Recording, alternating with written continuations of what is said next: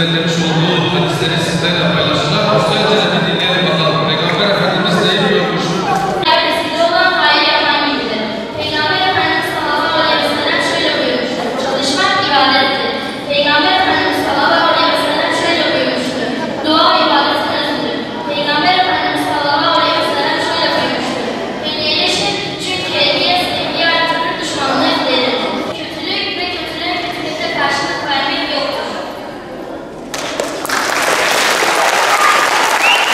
Camilerimize dinini öğrenmek, Yüce Kitabımız Hazreti Kur'an'ı okumak ve öğrenmek isteyen bütün evlatlarımız için yaz Kur'an kursları büyük bir iştirakle devam ediyor.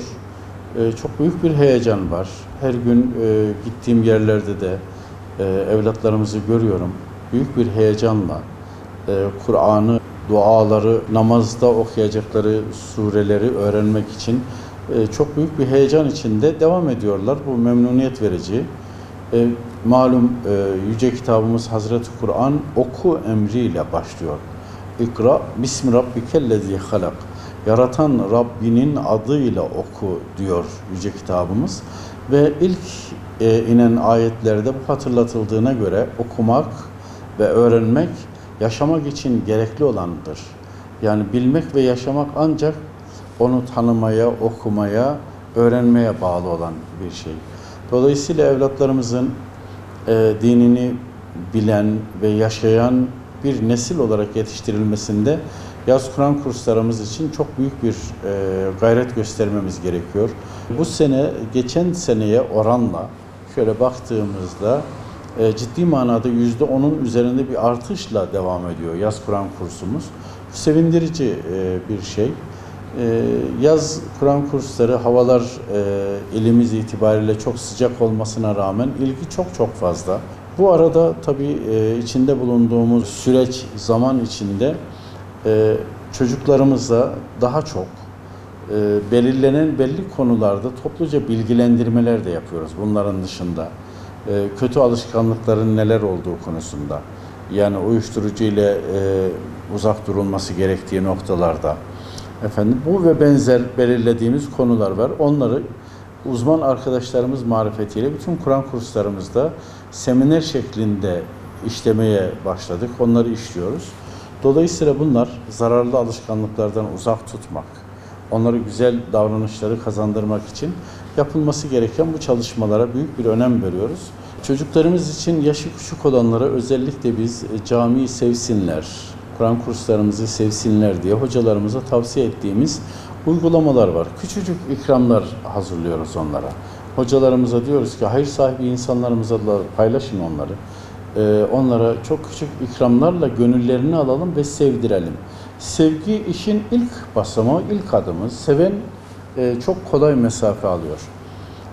İkinci ve en önemlilerinden bir tanesi de anne babanın çocuklarını evlerinde de takip etmeleri.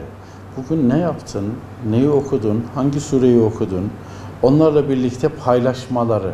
Bak ne kadar güzel olmuş, bir sureyi öğrenmişsin, bir duayı öğreniyorsun. Ben hayatımda daha konuşmayı yeni öğrendiğim zamanlar diye düşünüyorum. Kur'an okumadan önce bizim bir elifba cüzümüz olurdu. Onun Ebced Hevvez diye başlayan bölümünde dilimiz zor döndüğü zamanlarda bir derste o gün alamamıştım. Eve gidince de ağlamıştım. Niye alamadım bu dersi diye. Anne babamın bana davranışlarını hiç unutmuyorum. Olsun oğlum ama yarın alacaksın. Sen çok başarılısın. Motive edici sözler söylemelerini tavsiye ediyorum. Gönüllerini alsın. Hayır yapamazsın, sen de böylesin gibi onları uzaklaştıracak davranışlardan kesinlikle uzak durmalarını, sevecek, götürecek, teslim edecek. Bak sen de gidersen ne kadar güzel.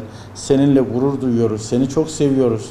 Dinimizin esaslarını öğreniyorsun. Yarın sen bize mahşer meydanında inşallah şefaatçi olacak. Bize anne baba deyip bize yardımcı olacak. Senin güzel bir insan olmanı diliyor ve bekliyoruz diyerek onları motive edecekler ve yönlendirecekler, takip edecekler. Takip çok önemlidir. Nereye gidiyor, ne zaman geliyor? Hocalarına soracaklar, yapmamız gereken bir şey var mı çocuğumuz için?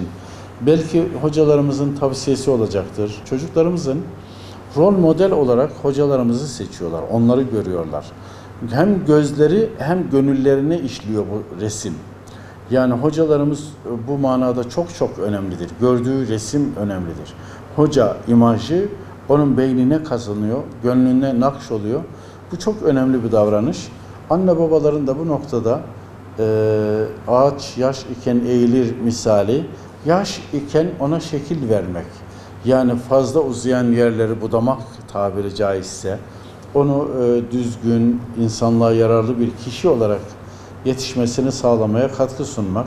Sadece anne baba evladı dünyaya gelmesine vesile olup onun karnını, maddi ihtiyaçlarını gidermek değil, asıl olan maddi ihtiyaçlarla birlikte gönül ihtiyacımızı da gidermek.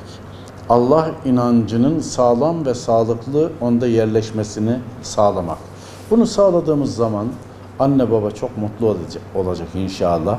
Hem dünyada hem de ahirete göçünce peşinden faydalı bir miras bırakmış, faydalı bir evlat bırakmış anne baba olarak onun mutluluğu ile gitmiş olacak ve peşinden Fatiha okuyacak nesiller yetiştirmiş olacak. Bismillahirrahmanirrahim.